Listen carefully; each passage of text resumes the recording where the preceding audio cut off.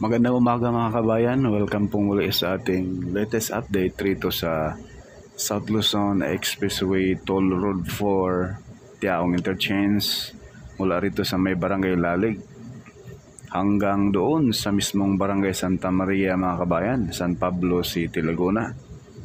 Ngayon po ang ating update, itong ground shot natin dito sa portion ng Tiaong Interchange at Barangay San Isidro, Barangay Santissimo, Barangay Santa Maria, San Pablo City, Laguna mga kabayan. Doon po tayo mag-end sa intersection ng Alamino San Pablo Bypass Road at S64 sa may Barangay Santa Maria, sa may bridge doon. So ito na po ang portion rito mga kabayan sa circle entrance exit dito sa bago mag tollgate nitong Tiaong Interchange. So samahan niyo po si Porka Studio mga kabayan, paki-like, paki-share at subscribe na rin sa ating YouTube channel. Maraming salamat po. Let's go. Try natin dito naman. Ganda naman. So ito po mga kabayan yung ating aerial view rito sa Tiaong Interchange. Yan, sobrang ganda na. Tapos na po yung circle dyan na dyan po yung Bali Rotonda papasok doon sa pinaka-tollgate.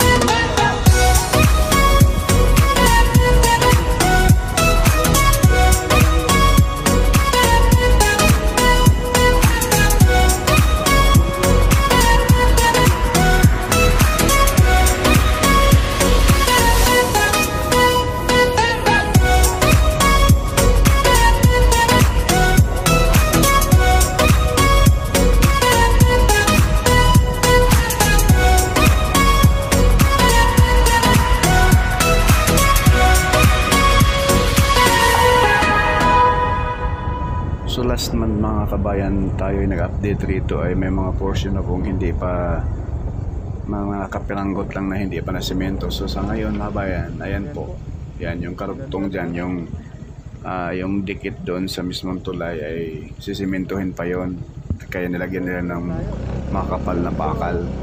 So ito na po yung portion ng Barangay San Isidro papuntang Santissimo. Ito na po yung sakop sa San Pablo City, Laguna, mga kabayan. Bago mag-Tiaong, Barangay San Isidro. And then Santissimo, mga kabayan. So sa unahan po ay approaching na tayo sa may Santissimo, San Pablo City, Laguna, mga kabayan. So ito na po, ayan o, sa baba natin. Ayan, sa right side natin, magkabilaan ay bagong semento pa po yan. Yung pinaka-shoulder bali nitong expressway. Kasi itong expressway na ito ay 2x2 lane lang. So bali yung magkabilaan, tig 1 lane, ayun na po yung gagawing shoulder dyan, no? Ayan, napakagandang expressway nito. Once na ito yung mga padaanan na po, mga kabayan. Ang dumadaan ngayon ang si Porke Studio lang muna, joke lang. Pero hindi pa talaga ito, mga kabayan, authorized na daano dito, dahil lalo na po yung mga 4 wheels, dahil yun nga po, hindi pa safe yung area. Wala pang medyo bakod sa magkabilaan itong expressway.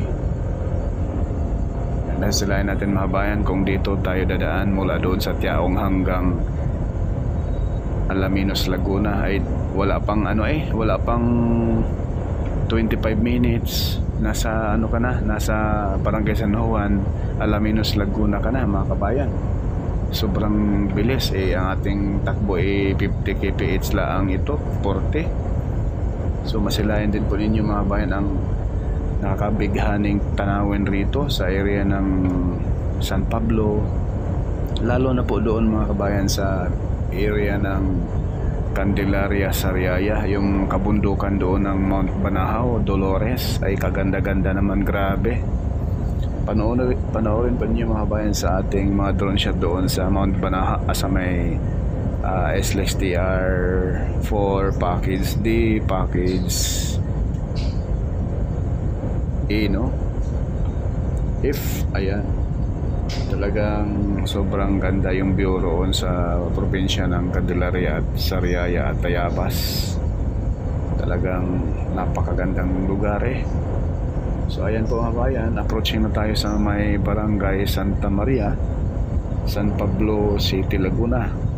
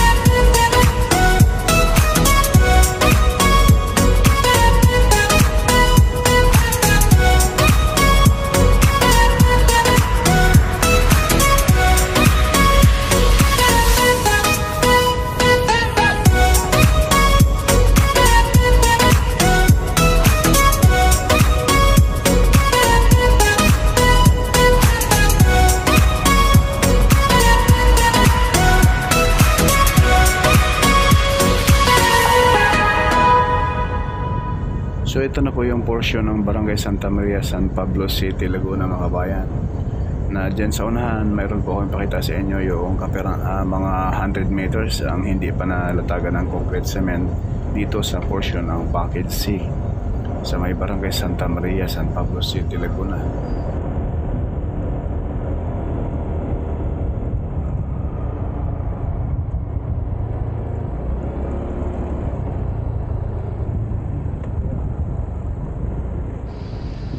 Yan, kasi tayo rito. Ito pa lang, hindi pa nasiminto na.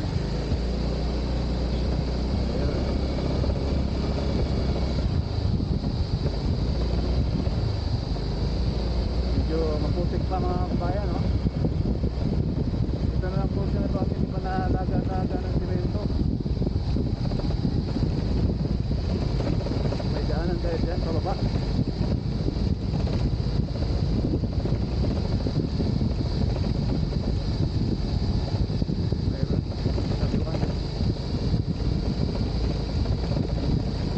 Mga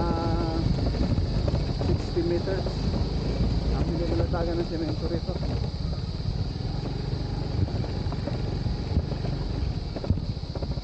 Ayan o, Thailand sa baba.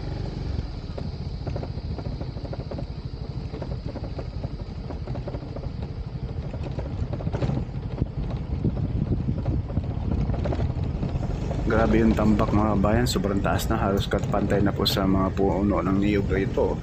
Sa mga puno ng kahoy, yung tambak ng lupa, sobrang taas na po. Parang ayaw pumayag.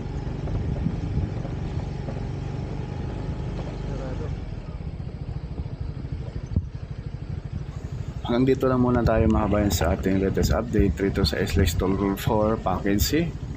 Ayan na po yung intersection ng Alaminos San Pablo Bypass Road at SLEX TL4. Maraming salamat at God bless po sa ating lahat. Paki-like, paki-share at subscribe.